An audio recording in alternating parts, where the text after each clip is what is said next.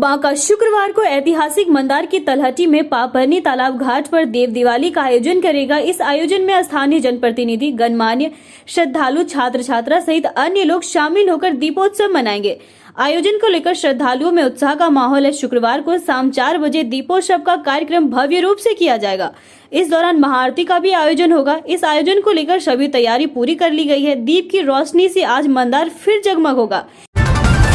कार्तिक पूर्णिमा 2021 सूर्योदय से पहले ही भागलपुर के गंगा घाटों पर पहुंचे श्रद्धालु लगाई आस्था की। भागलपुर के गंगा घाटों पर अहले सुबह से ही श्रद्धालुओं की भीड़ उमड़ने लगी। कार्तिक पूर्णिमा के दिन सभी घाटों पर बड़े पैमाने पर महिलाएं एवं पुरुष और बच्चे ने आस्था की डुबकी लगाई। पवित्र नदी में स्नान का अपना विशेष महत्व है। मुंगेर इंतजार की घड़ियां समाप्त हो गई। शहर के ऐतिहासिक कष्टहरनी घाट पर शुक्रवार की शाम 5 बजे योग नगरी वासी के साथ मिलकर देव दीपावली मनाएंगे।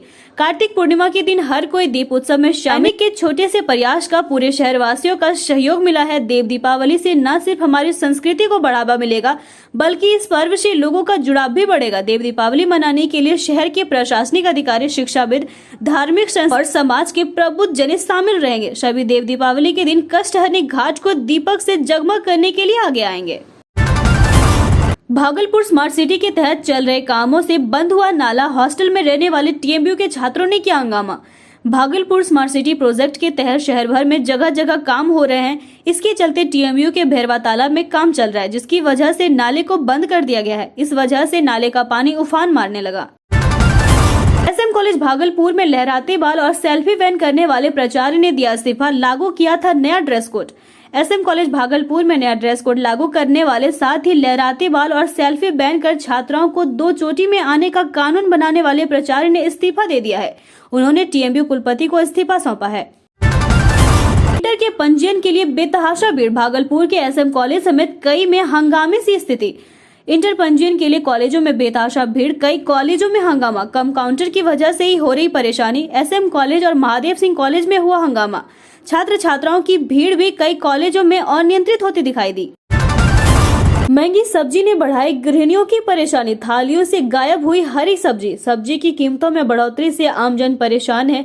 भोजन की थाली से धीरे धीरे हरी सब्जी गायब होने लगी है। अधिक कीमत के कारण परिवार को कम से कम 100 रुपए का सब्जी लेने के बावजूद सही ढंग से निर्वाह नहीं हो पा रहा है। विप ने मनाया रानी लक्ष्मीबाई की जयंती। अखिल भारतीय विद्यार्थी परिषद की तरफ से रानी लक्ष्मीबाई की जयंती के अवसर पर सुंदरवती महिला कॉलेज में पुष्पांजलि कार्यक्रम किया गया।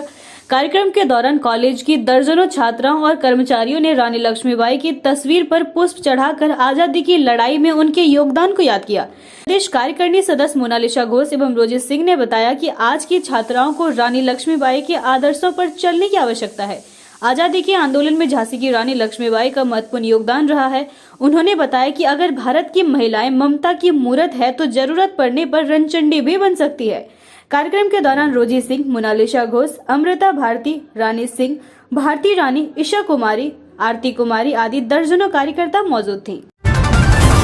मुंगेर विश्वविद्यालय नर्सिंग और फिजियोथेरेपी की होगी पढ़ाई। यह है नामांकन की प्रक्रिया। मुंगेर विश्वविद्यालय विवि प्रशासन की ओर से शुरू हुई कवायद 2022 तक होगी पढ़ाई। दोनों कोर्स की पढ़ाई के लिए सिंडिकेट ने भी दे दी है स्वीकृति। इसकी तैयारी यहाँ की जा रही है। लगातार बैठकें हो रही है। नेशनल स्कॉलरशिप पोर्टल पर आवेदन के लिए छात्रों को कराना होगा आधार आधारित सत्यापन। पूर्णिया डीएम राहुल कुमार ने दिए दिशा निर्देश। एनएसपी पर आवेदन के लिए छात्रों को आधार आधारित सत्यापन कराना अनिवार्य है। सत्यापन को लेकर पूर्णिया डीएम ने शिक्षण संस्थानों के नोडल पदाधिकारियों को अभियान चलाने का निर्देश दिया है ताकि जिले में छात्रों को सहूलियत मिले। मौसम का बदलने लगा मिजाज। घटने लगी धूप की गर्मी, सर्द होने लगी रातें। कार्तिक पूर्णिमा पर पढ़े मौसम का मिजाज। दिन में तेज धूप रहने से गर्मी महसूस होती थी, लेकिन रात में ठंड बढ़ जाती थी। छठ के बाद तो ठंड ने जोर ही पकड़ लिया। शाम होती ही ठंड बढ़ जाती है और दिन भर गुनगुनाती धूप रहती है।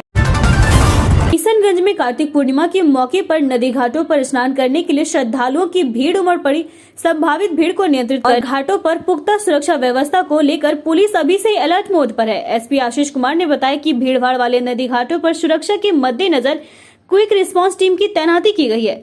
उन्होंने बताया कि कार्तिक पूर्णिमा को लेकर नदी घाटों में स्नान करने की पुरानी परंपरा रही है। सबसे ज्यादा भीड़ शहर के 15 स्थित डोंक नदी व अन्य प्रखंडों में महानंदा नदी के पास जुटती है। इसके लिए सभी थाना अध्यक्षों को आवश्यक दिशा निर्देश दे दिया गया है।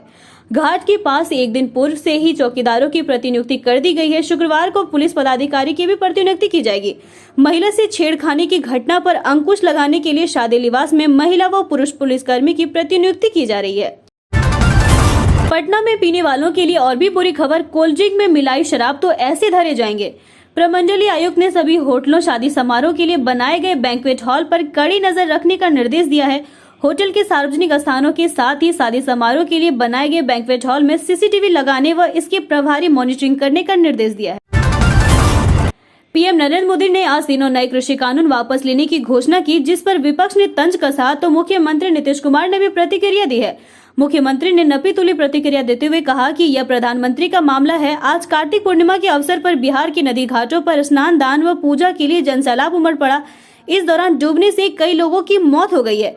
आज गुरु नानक देव की 552वीं जयंती व देव दीपावली भी मनाई जा रही है।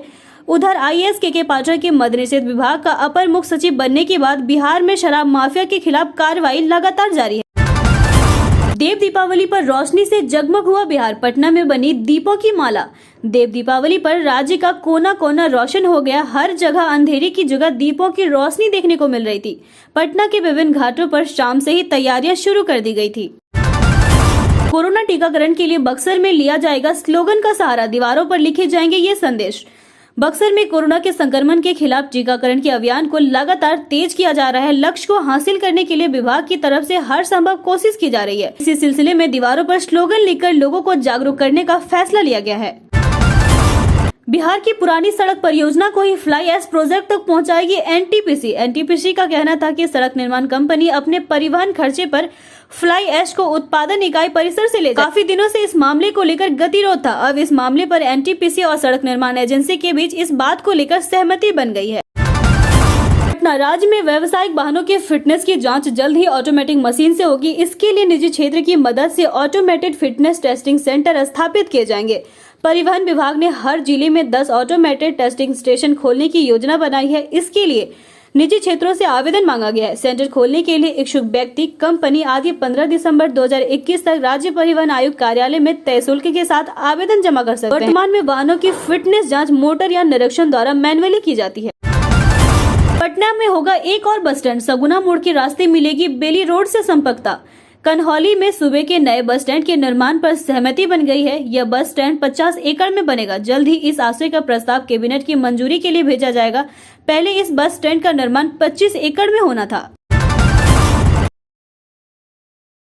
सोने का 1000 तो चांदी का 1500 रुपए बढ़ सकता है दाम। चांदी के भाव में 300 रुपए प्रति किलो की गिरावट दर्ज की गई है। हालांकि सोना का भाव पूर्व स्तर पर ही स्थिर रहा।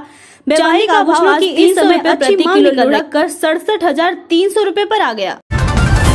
केंद्र सरकार ने शुक्रवार की सुबह तीनों कृषि कानून को वापस लेने का ऐलान कर दिया। प्रधानमंत्री नरेंद्र मोदी ने खुद इस बात की घोषणा की और कहा कि हम किसानों को समझा नहीं पाए, इसलिए इस कानून को वापस लिया जाएगा। किसान घर लौट जाएं। राष्ट्रीय जनतांत्रिक गठबंधन सरकार के ऐलान के बाद बिहार में सियासी बयानबाजी तेज हो गई है। दिल्ली से पटना लौटे बिहार के मुख्यमंत्री नीतीश कुमार ने मीडिया से बात करते हुए कृषि कानूनों को वापस लिए जाने को लेकर प्रतिक्रिया दी। उत्तर प्रदेश व अन्य राज्यों में होने वाले विधानसभा चुनाव को देखते हुए कानून वापस लिए जाने से जुड़े सवाल पर नीतीश ने कहा कि प्रधानमंत्री ने अपनी बात रखते हुए सारी चीजें स्पष्ट कर दी है। विपक्ष जो चाहे बोलता रहे। अवैध बालू खनन में निलंबित सीओ के ठिकानों पर छापा। पटना, नवादा व गया में ईओयू की दबिश। बालू के अवैध खनन मामले में निलंबित भोजपुर जिले के कोइलवर के अंचलाधिकारी अनुज प्रसाद के पटना समेत 3 ठिकानों पर आर्थिक अपराध इकाई की टीम ने छापेमारी की है। ईओयू की टीम ने पटना, पैतृक आवास नवादा और ससुराल गया के ठिकानों पर एक साथ दबिश दी। तेज प्रताप बोले, मैंने थाने में पकड़ी थी शराब, पुलिस वाले पिज्जा की तरह करवा रहे होम डिलीवरी। बिहार में शराबबंदी कानून को लेकर विपक्ष लगातार बिहार सरकार पर हमलावर है। लालू यादव के बेटे तेज प्रताप यादव ने आरोप लगाया है कि मैंने थाने में शराब पकड़ी थी। उनका आरोप है कि पुलिस वाले ही शराब की होम डिलीवरी करवा रहे हैं। नए कृषि कानूनों को वापस लिए जाने पर बिहार में गरमाई सियासत। सत्ता पक्ष ने किया स्वागत तो विपक्ष बोला बहुत देर कर दी। प्रधानमंत्री नरेंद्र मोदी द्वारा सभी तीनों कृषि कानून वापस लिए जाने के फैसले पर बिहार के राजनीतिक दलों ने मिलीजुली प्रतिक्रियाएं दी है। सरकार के सहयोगी दल इसे किसानों के हित में लिया गया फैसला बता रहे हैं तो विपक्षी दल सरकार की आलोचना कर रहे हैं। मोदी सरकार ने तीनों कृषि कानून को वापस लेने का किया ऐलान। बिहार के किसानों ने फैसले पर जताई खुशी। केंद्र की सरकार ने शुक्रवार को तीनों कृषि कानून को वापस लेने का फैसला लिया है। प्रधानमंत्री नरेंद्र मोदी ने कहा कि हमने तीनों कृषि कानून को निरस्त करने का फैसला किया है। सरकार के इस कदम के बाद बिहार के किसानों ने खुशी जाहिर की। बिहार में मुर्दों को भी लग रहा कोरोना का टीका, हमारा नहीं, यह शेखपुरा के स्वास्थ्य विभाग का दावा है। बिहार के शेखपुरा में स्वास्थ्य विभाग की बड़ी लापरवाही सामने आई है। वहां 6 महीने पहले मृत हो चुके एक बुजुर्गों को कोरोना प्रतिरोधी टीका लगाने का मैसेज दिया गया है। अब इस मामले में स्वास्थ्य विभाग ने सफाई दी है। रेलवे बोर्ड ने ट्रेनों में यात्रियों को पका हुआ भोजन परोसना फिर से शुरू करने का आदेश जारी किया है। इस सेवा को कोरोना प्रतिबंधों के कारण बंद कर दिया गया था।